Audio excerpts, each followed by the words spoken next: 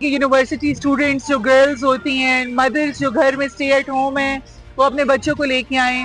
جو working women ہیں, all of them are welcome to come here and explore this place. Upper Swat development authority کی کوشش یہ ہے کہ یہاں پہ ایڈونچر ٹورزم کو پروموٹ کیا جائے. یہ ایونٹ تھا, یہ بیسیکلی جو دیسان میڈو ہے ان کی خوبصورتی کو اجاگر کرنا تھا.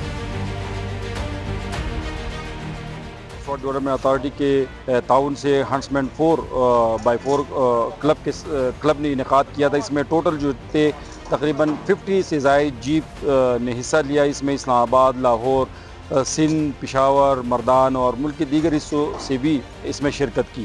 اس میں ایک خاتون رائڈر بھی شامل تھی. انہوں نے بھی دیسان میڈو کے سخت ترین ٹریک پہ جو ہے اپنے ٹیلنٹ کا لوہا جو ہے وہ منوایا. لاسٹ ایئر میں ایک جیپ ریلی میں گئی تھی علم میں, بنیر میں. وہ بہت ایک امیزنگ ایکسپیرینس تھا میرے لیے.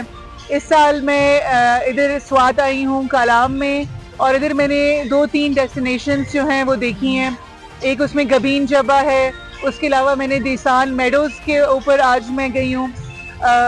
وہ دیسان میڈوز جو ہے وہ 13,000 فیٹ کی بلندی پہ ہے, اور بہت زیادہ ایڈونچر اور بہت خوبصورت دلکش پرفضا ماحول ہے وہاں کا.